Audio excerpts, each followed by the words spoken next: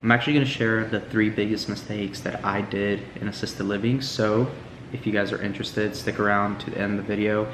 And if you haven't yet, go ahead, hit that like button for me and smash that subscribe button for the L's that I took. I don't know, but do me a massive favor and also hit that notification bell. The first mistake that I did was not doing the proper research on just what goes into assisted living. That was my biggest mistake, guys. Research is so important when starting out any business, and if you can, try to work for somebody. Try to go work in a care home, a good care home with a good manager and a good owner. And if you guys can, just try to learn from them. Don't try to go out and do something without having any type of experience. And that was my first mistake, guys. I did not come here and work for anybody. I didn't know what went into assisted living. I literally started from scratch with having to learn all the regulations, having to learn all that goes into assisted living. I had to literally start from rock bottom when I came here. I didn't, and so that is a mistake that I made and that hopefully you guys won't make. And my recommendation is that you guys go work for another group homeowner and try to learn from them and try to learn all that you can about the industry, all that what it takes to start an assisted living home. So that is my recommendation, and I highly recommend that you guys do that. The second biggest mistake that I did was not vetting my mentors and my consultant. That was a mistake that, because people just take advantage of you when you're new, and they take advantage of you when you don't know any better, and you don't know what you don't know. So when you're being guided in the wrong direction and you're being told one thing but it's another thing, and that will happen, guys. You'll come across mentors and people who just want to make a quick dollar off of you and squeeze you of every penny that you have. And that was my biggest mistake, guys. So if you're looking for a mentor and you're looking for a consultant and everything, make sure that they're actually doing what it is that you want to do, and look at their track record. Look at, ask around about them and make sure that they're, solid and credible. And so that was the second mistake that I did, and I learned a lot from that mistake. And it is what it is at this point, and it's nothing that I'm ashamed of. I think I definitely grew a lot from that mistake, and I definitely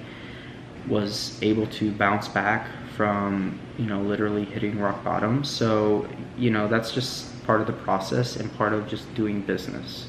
So guys, that is my recommendation, is that you guys actually vet your consultant, vet your mentors, make sure that they're doing things properly, that they're doing things correctly. And because you want to be able to go to them for guidance, for questions that you may have, and you don't have all the answers, and I definitely don't have all the answers, but through all the mistakes that I've made, I've definitely acquired a lot of experience and a lot of answers. The third biggest mistake that I did was not properly vetting my residents.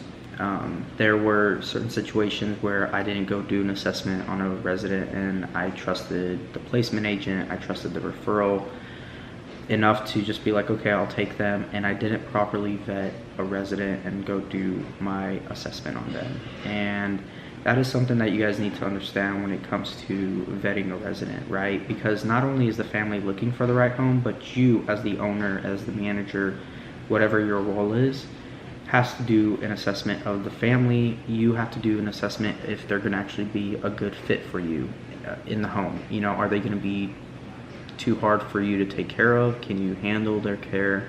Can you do all of that? And so do you get along with the families? Right? All of that will definitely affect your caregivers. It will affect you as a group homeowner.